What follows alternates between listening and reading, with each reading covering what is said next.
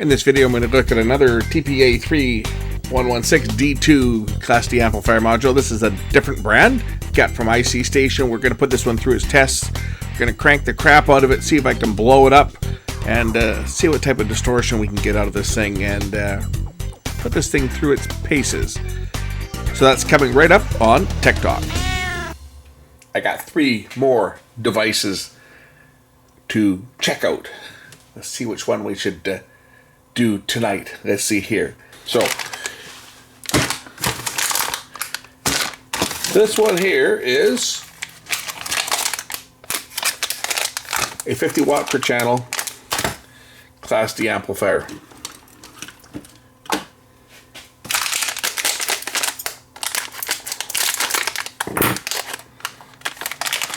And you guys really probably wanted to see this one, right? This one here is this is a tpa3116d2 210 watts per channel amplifier. We'll be doing this one shortly, but tonight it's this little one. The nice thing about this little amplifier is it's got a power switch on the volume control. We have our power in. 24 volts would be probably more than enough to power this up. Our right speaker output, our left speaker output, and then we've got 2 types of inputs. We can either wire it in directly using the binding posts, or we can plug audio in using the 3.5 millimeter jack.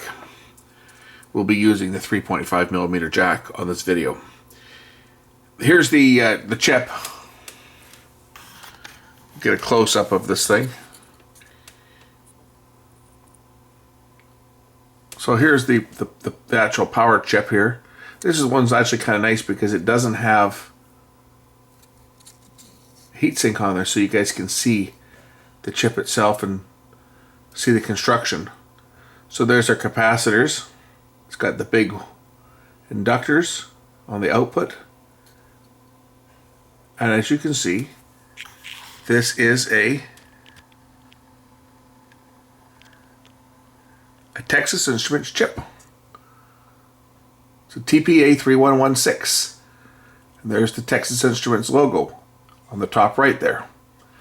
tpa3116d2 is the part number on this one. So this one I've received without the heatsink on it. It's using Sanyo, I think the Sanyo caps. Looks like that's what it says on the side there. I was looking at the monitor here. Yeah, there's Sanyo 1000 microfarad 35 volt 105 degree capacitors, as you can see. So this should actually be a pretty good little unit, and it should sound really quite nice. So first we're going to put the heatsink on this unit. Comes with the little heatsink. It's already got sticky back tape with heat transfer compound. So we just pull the sticky back tape off, take the heatsink, and pop it down over top of the IC and press it in place. And that's all there is to it. This unit is now ready to operate. So let's get some power to it. Let's get some speakers connected, and let's see how this little bad boy sounds. Okay, I've got the unit connected to my speakers, left and right. We'll plug our audio source in. So I've got my audio player set, ready to go. We'll turn it on.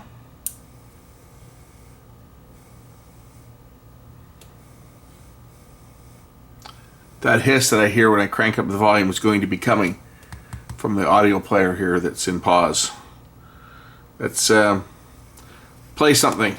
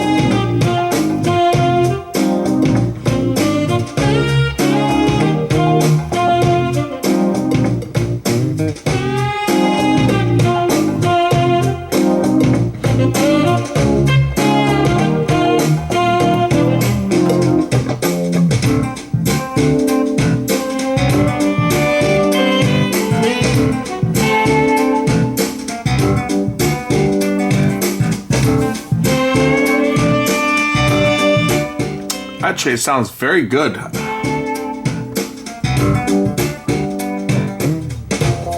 I'm just using a small pair of JVC speakers here. This is what I'm using as my little desk speakers here.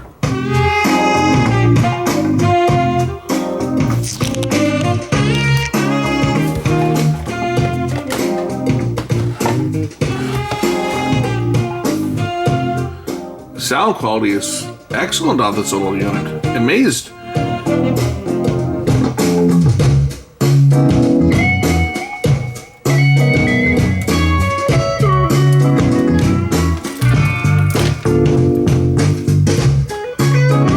We're going to take a look at the operation of this unit. We'll take a look at some of the specs, what it operates at. So I'm just getting my scope ready to hook up here, and we'll take a look at the switching frequency and so forth and see what this one operates at. So we're operating at 24 volts now. As you can see, the amplitude is 36 point. Is that right? 36.2 going into the, well, it's because you get these spikes on there, right? The square wave itself is only going to be 24 volts, but it's got these leading edge spikes which are being measured from peak to peak. 36 volts. That's the induction from the coils itself, the inductors. As you can see, we're operating at 389 kilohertz is our sampling frequency. I want to see what happens with this thing if I under voltage and over voltage. So recommended voltage 24 volts, has a maximum of 28. We'll turn it down and see what it sounds like when we crank it down. Of course, we can go down to as low as probably about 5 volts before it cuts out. Yeah. So, low end, it's about 4.4 volts. What type of volume can we get out of that? Probably still pretty good, but it's obviously going to distort a lot sooner. Oh yes. That's 5 volts.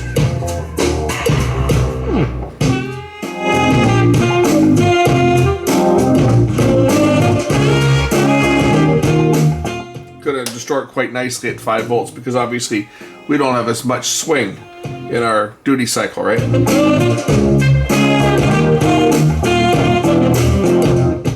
On the high end of the scale, we can go up to 28 volts, and it cuts out when you get to 29.7, looks like.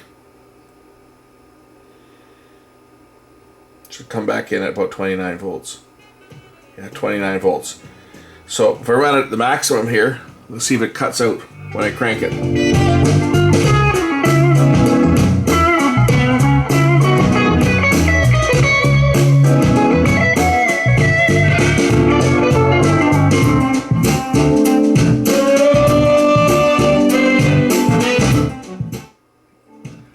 No cutout at 29 volts, 28.9 volts. You can see the current here goes up when I crank it up.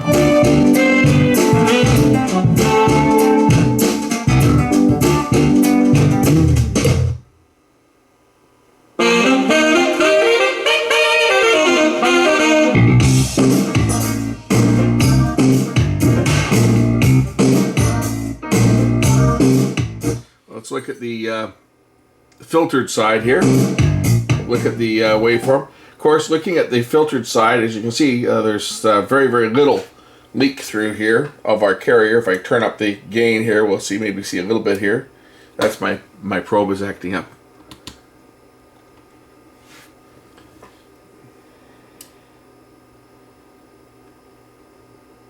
But 1.07 volts of carrier leak through to the speakers at 300 kilohertz, but we'll go back down. We're going to take this down to our audio frequencies here.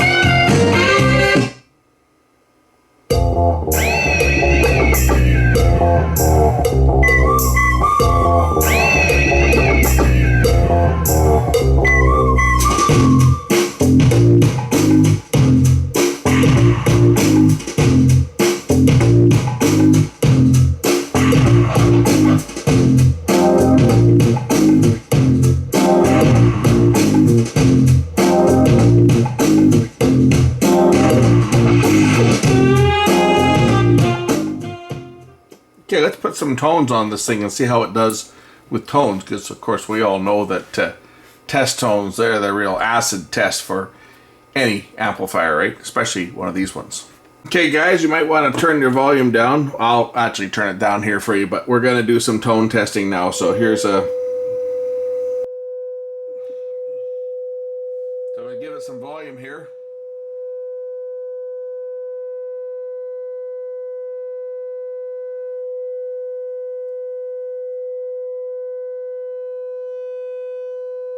So there's...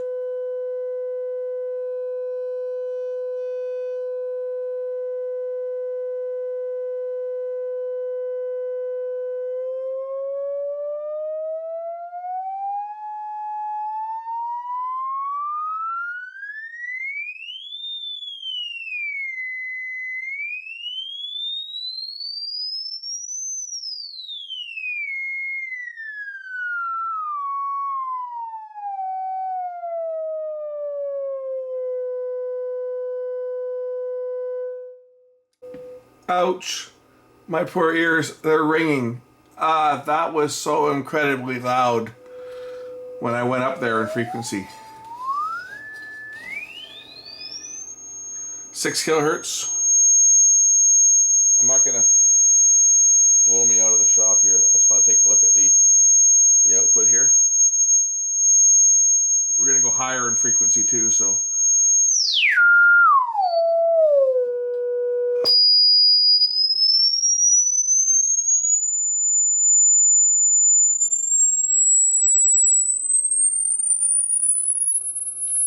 Okay, we're at about 11 kilohertz now, I think.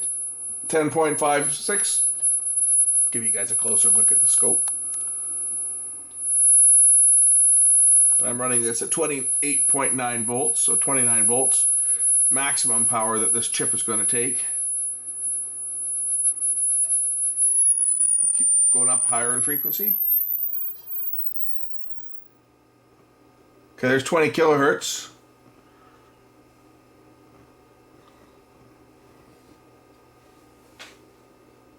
We'll expand this a little more. It's not looking too bad at all, is it?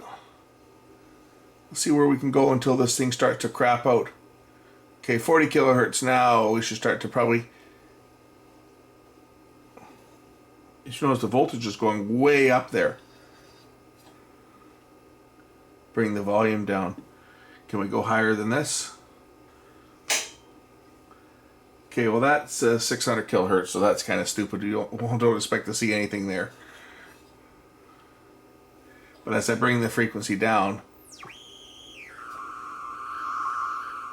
we should start to hear something happening as I interact. I'm around 400 kilohertz now, that's why we're hearing the beating.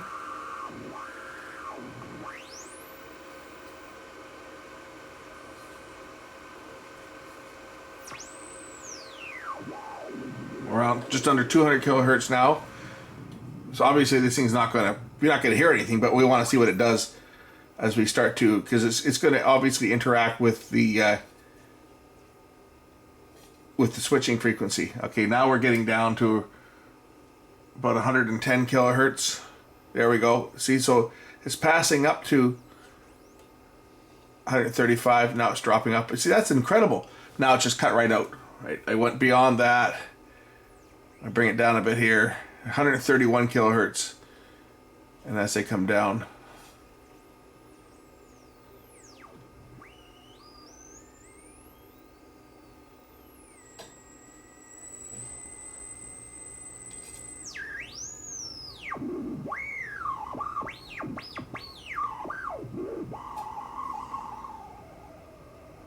good for the tweeters. So we got 3.5 volts at 97 kilohertz coming out of this thing. It's not doing too bad. It's not getting warm either, by the way. Well, actually, the chip is getting warm at this point. It's probably not good for it. We'll bring it down in frequency. We're down at 70 kilohertz. I'm just going to bring the level down on here as we get more into the pass band. But even up into the 60 kilohertz range, this thing's doing pretty good. Okay, let's go down to the other end of the spectrum. Down at like 4 hertz.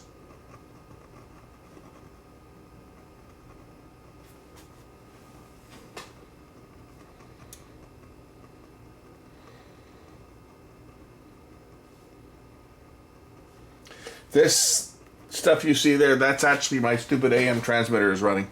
So ignore that. That's just noise. Like even with my probe in the air, right? I'm just picking up noise.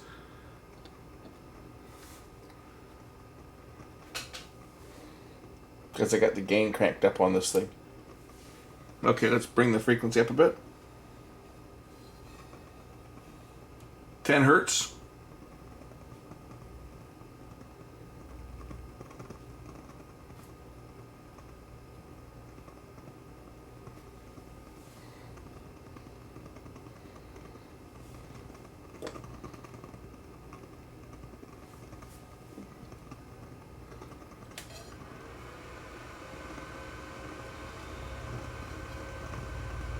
Twenty hertz.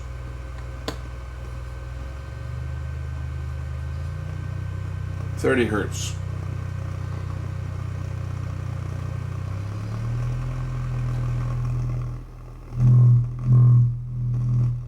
My speaker is rattling.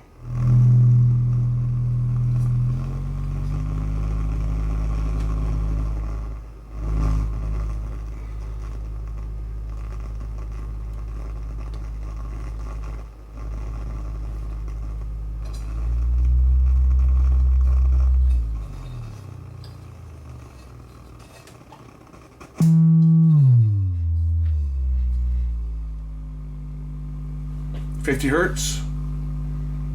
Close enough. 50 hertz.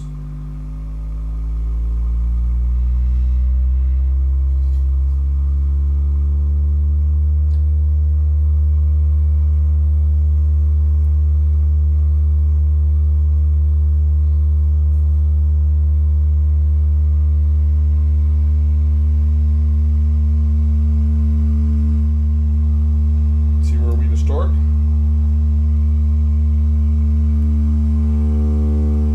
Starting to distort there.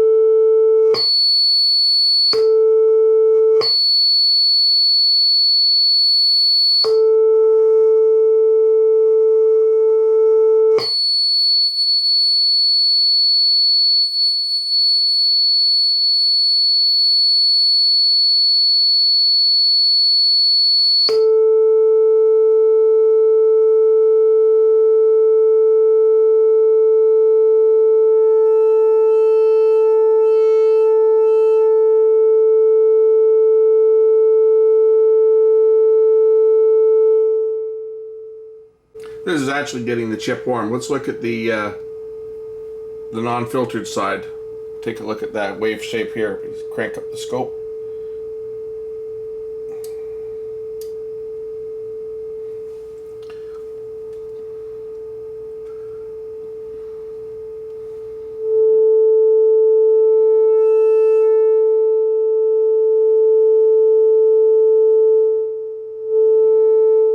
Okay, the problem is I gotta change my ground back to the proper place. I'm looking at the switching side because obviously having the ground side on one side of the filter and the other side not, and this is actually heating this amplifier up. The actual filters themselves, the 100 microhenry, the inductors are actually getting quite warm when I'm abusing this thing like this.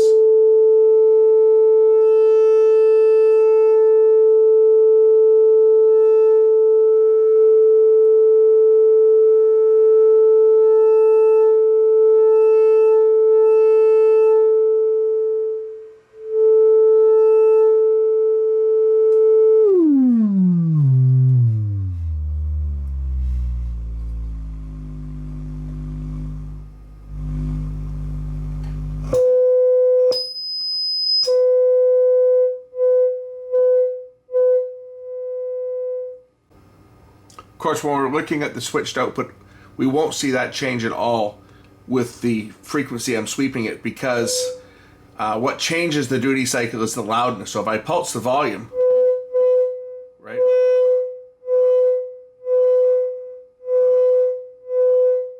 That's what changes the duty cycle, not the frequency.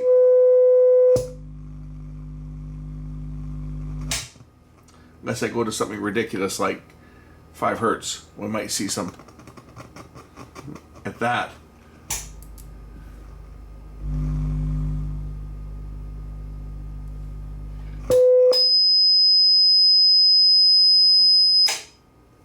Now I would say that I've been abusing this thing pretty good here with putting the tone generator on here and just cranking the living crap out of it, because I've got these inductors so hot that I can barely put my fingers on them. The IC itself is, yeah, it's quite warm. I can't hold my finger there very long. Well, as you can see, it's been shut off for a few minutes. It's still 123 degrees Fahrenheit. I got this thing really hot. I mean, normally these, even the coils themselves, the inductors, they're cooling down now, but this thing's been off for a few minutes. When I was hitting this thing with test tones, I had this thing really quite hot. And I've never seen these chips get very hot before, but I'm abusing this thing. See, it's down to 111 degrees now. I'll put it back on and we'll abuse it some more and see how hot I can get this thing again. Okay, I got it turned on now, and I'm putting in frequencies well above what this thing's capable of reproducing. I'm putting about 170 kilohertz into it. So this thing's way up there. See how hot we can get this buddy thing. It should go into thermal shutdown if it gets way too hot, but I bet you I can get this thing up to 150 degrees here if I'm not careful.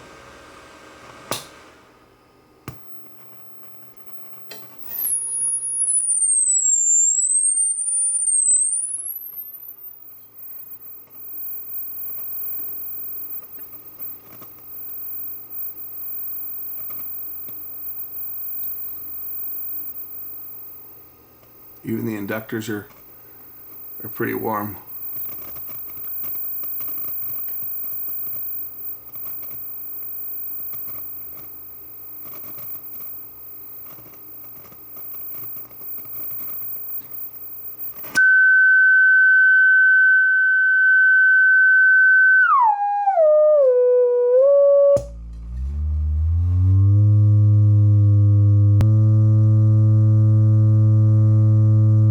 There we got it, 150 degrees. That's hot. That's Fahrenheit, by the way. Celsius, it's only 66. So the inductors are also running pretty warm. Not quite as hot as the chip, but they're still running about 130 degrees. Anyway, it's taken a fair bit of abuse here, and I haven't blown anything up on it. So I think if I can abuse it like that, it looks to be not a bad little module. We're gonna put some music through this thing again, and we'll play out with some music. But the link to this little project is, or this little module, came from icstation. Link to it is on the page there. This little module sounds fantastic, and I could recommend this for your project for sure. As you've seen, I've just beat the crap out of this thing. I had this thing pushing maximum power. I was pushing 28.9 volts into it while I was testing, and it's not any worse for wear. Music.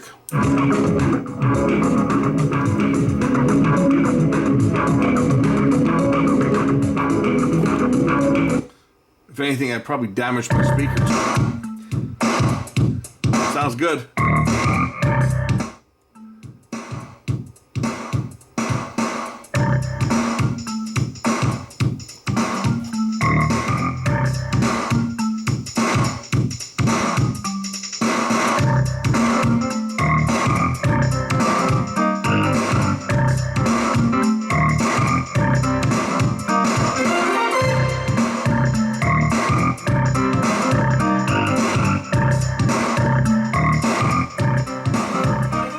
So there you have it.